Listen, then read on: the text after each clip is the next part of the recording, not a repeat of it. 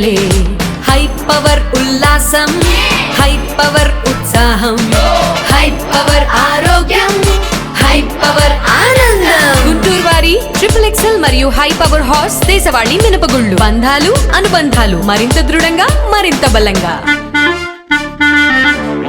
సినీ నటుడు పోసాని కృష్ణమురళిని సిఐడి పోలీసులు కస్టడీకి తీసుకున్నారు. గుంటూరు జీజీహెచ్లో వైద్య పరీక్షలు నిర్వహించిన అనంతరం ఆయన విచారించారు. పోసాని కృష్ణమురళిని కస్టడీకి అనుమతిస్తూ గుంటూరులో 6 అదనపు జూనియర్ సివిల్ న్యాయస్థానం సోమవారం ఉత్తర్వులు జారీ చేసింది.